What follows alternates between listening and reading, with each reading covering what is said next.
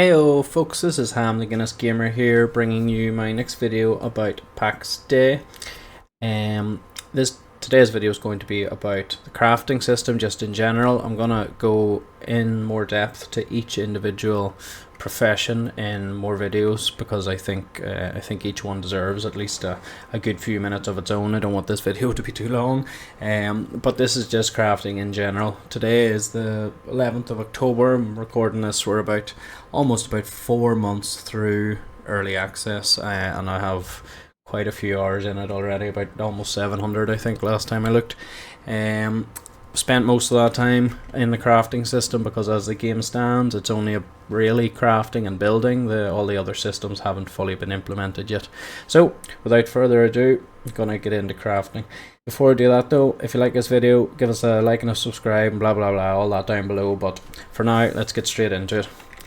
You'll see here, I open up my skills that I have been undertaking a good bit of effort into most of the professions. Not all of them, some of them aren't in the game at all, like herbalism. It seems you can't do anything with that yet. But most of them I have a good bit of knowledge on. But as I say, just generally speaking, they're all quite grindy, which is good. I don't mind grindy. I don't mind putting time into things, especially when it's rewarding. But that's the important point that is missing at the minute in most, if not all, of Pax Dei's crafts. Is the grind is fine, but it's not rewarding, and ultimately it's because you're grinding to get the mats to make things, and in a lot of situations you're making hundreds of items to level up. And then what are you doing? Well, you can't be bothered, or at least I can't be bothered putting down 20 storage boxes to store, whatever, 200, 300 spears that are never going to be used. So what you do, of course, you throw them on the ground and let them get destroyed. That is fairly soul destroying. So it feels like a complete waste of time if the items you're creating aren't actually being used. So in the example of the spears there, at our peak we had 10 or 12 people playing with me, and like each player can repair the spears, and they might go through one every couple of days or something. So the hundreds that I'm making to level up, they're not needed. If anything, you might keep 2 per person. You might need, say, 25 in our case, and that's it. But most levels, I've made literally hundreds. The reason why you make so many spears is because they're so easy, so cheap to make compared to other weapons. But ultimately you're still spending the time to craft the materials, to grind the materials and to craft the weapons, only to throw them on the ground, which is fairly rough. What's positive about the way the systems are set up is that there's a lot of overlap between different crafts, between different professions, and I think if they lent into that more, they could use that as a way to actually keep the grind the way it is, but reduce that pure wastage of the items that you create. So for instance, when you're making a spear, you're using a stock and an iron, well, say an iron spike, a metal spike, depending on what tier you're making. And they're both relatively cheap to make, and therefore that's why you make loads of spears. But if you implemented more sections of making a spear, so that it's not just make spike, make a stock, put them together, because that doesn't really make too much sense. I mean, how's the spike connect to the spear? Surely the spear will have a handle. If you can, you'd either craft a wooden handle or whittle down the actual wooden stock, or you craft a metal handle, or there's a whole lot more to making a spear than the simplicity that they have it. And each of those different things, you could bring them all together so that one spear might take you 10 different tasks. And therefore, instead of making 10 spears, you'll make 1 spear and you'll get the same amount of XP for it, but you'll not have the wastage, and it's the same amount to grind. So if you have to, you make say the carpenter makes a generic stock,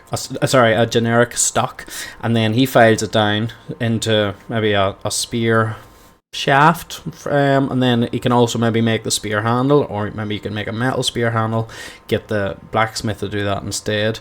You'll need pegs to connect the handle to the stock. You'll need pegs to connect the spike to the stock. You could have just pegs in general, like they already have in the game, like wooden pegs, or you could have metal pegs, say, or you could have specific, like spear point pegs, and then spear handle pegs, or just handle pegs and points pegs, something like that. But all of a sudden you've created a spear that instead of just needing 2 parts might need 5, 6 or 10 parts, and then even maybe a cross guard or something like that on the spear. Ultimately, you want to kind of build all the weapons so that they're, or I think you would want to anyway, so that they're like the sword. You know, the sword in the game is quite fun to make because you have to make the pommel and the cross guard and the blade, and I think there's another part in there as well, and you have to put them all together. So making them are a lot more fun and feel a lot more rewarding than a lot of the other weapons, but the problem is they are of course much dearer than a lot of the other weapons, so you literally only end up making a sword when someone requests a sword, whether it be a short sword or a great sword. You know, you make a couple of them and that's it because they're expensive, but them items are much more rewarding to make than the hundreds of spears. And ultimately what you could end up doing there then is, because you need the carpenter, say, to make the stock, to make the handle, the wooden handle, say, or you need a blacksmith to make the metal handle. Maybe you have the choice depending on what you want, and maybe a heavier handle, the metal handle might do more damage but cause more stamina or something like that, you know. So maybe you could give players a bit of choice or a bit of ways to make their items unique or feel like it's tailored to them, that the way they play. And of course that ties into the combat system, which isn't really implemented yet, so we can't quite reach that stage yet, but you could set the basis for that kind of thing to happen. But the overlap then between the craftings would be quite fun, as I say, because the carpenter is relying on the blacksmith and the weaponsmith is relying on the blacksmith, or if they're the same person, you know, ultimately you might have 3 or 4 professions needed. And because the game's quite grindy, even though I've done a lot of this just because I have a bit of time on my hands, I've been doing a lot of this solo, but in reality you're not going to be delving into all professions like I have. Not really. Like, I mean, when we started playing, as I say, there was about 10 of us at the very start.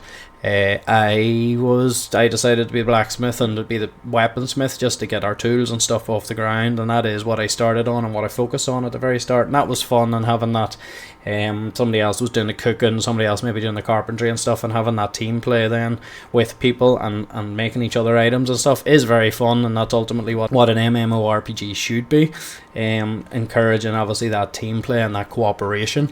And the crafting system as it is, it does lay the basis to have that in bucketfuls, but it does just need tweaked in a number of places. As I say, namely that grindiness. But then also one thing that's very strange about the crafting in general as well is there's definitely tiers missing of certain items.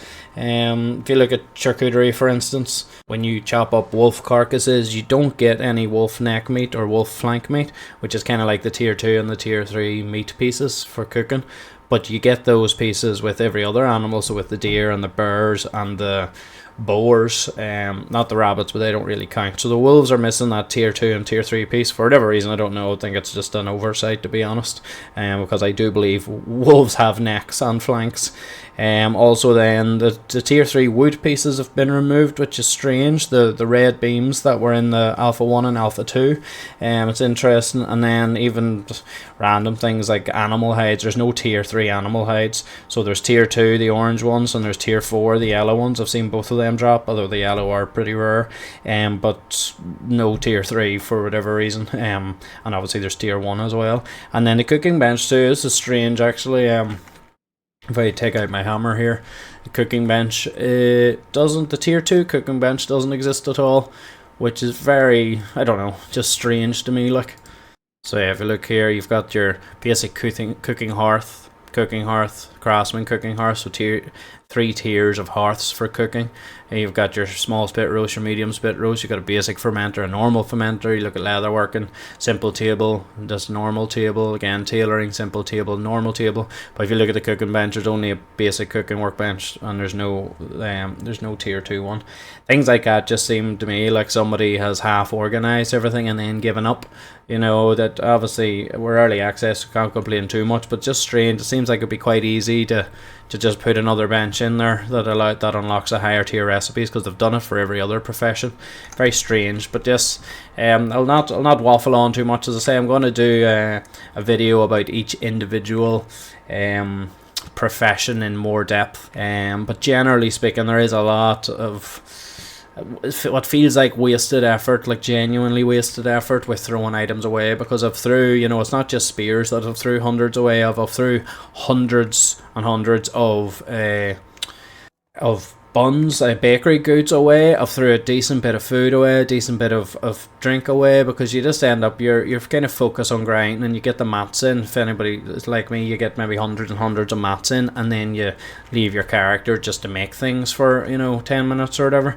But you come back and you're doing that to level up, but you come back, and once you have made all of those items, and say they have leveled you up, all of a sudden they almost immediately become obsolete, because by making those, say 200 grapes and rye bread or whatever, like, you've went up a level or two, and then all of a sudden you've unlocked the next bread. So immediately they're obsolete, because they're like, well, I'm not going to eat any of that, because I now have the mats, and I now have the skill level to be able to make the higher level of food. And therefore, like, the amount of times I did that, particularly bacon, was particularly bad. Although, as I say, the spears and weaponsmithing was pretty bad too, where you literally make hundreds, and you have an idea maybe to keep 30, and then after like 10 minutes you realise, I don't even need to keep those 30, because now I can make the next item up. So it doesn't make any sense, and encouraging players to waste things like that is not a good thing. But that's enough waffle anyway. I'd say that's just general points about the crafting that I wanted to make. Also, we have some news there recently, the last couple of days, that there is finally a large a bit of a content update coming anyway. We'll see how they implement it, but just on a general note about the game, like, I do enjoy it. I enjoy it a lot, and I can't wait to see what else they bring out for the game. But I mean, they originally said that our early access was going to be at least a year. Now they sensibly didn't put a definite, you know, 2-year limit or 3-year limit or whatever. I mean, they're just playing it by year, which makes complete sense, and that's fine. But at the same time, they've taken now, what are we at? We're nearly 4 months from early access, and there's been no meaningful content out. You know, we've brought in the signs for boxes, but other than that, mostly it's been patches and bug updates and big bug corrections and things like that. I mean, if they're going to take 4 months each time they bring out a meaningful content update, I mean, we're going to be in early access for at least 2, maybe closer to 3 years, because in my head I think they have to overhaul the PvP system, they have to overhaul the PvE system. They have a lot of tweaks to do to the crafting system, a few tweaks to the building system, but it's not too bad. Then all of those things together, then they're going to change the map as well, change the geography. You know, you can name, that's 5 already, you can name close to 10 fairly sizable updates that they need to put into this game before it's anywhere near ready. If they're going to take 4 months each time they do that, because each time they implement one, they're going to have a lot of patches and bug fixes and stuff and problems that have been created by the update. They're going to need corrected, so it's going to take at least a couple of months per big update. So I don't know, I mean, 4 months through, I'm excited for playing it, you know, over the next couple of years, because I paid for early access, so no matter how long early access is, I should have access to the game. So I'm not really complaining, but I do think we're quite a way off full release anyway, you know, way more than a year off. But anyway, look, as I say, I'm waffling a bit about different things here. I will have more videos out doing each individual crafting profession specifically, as I say, just trying to keep it to a few minutes each. But for now, if you've liked this video, give me a subscribe and a like, or any comments to make down below. Feel free to work away. But for now, wherever you are, goodbye and good luck.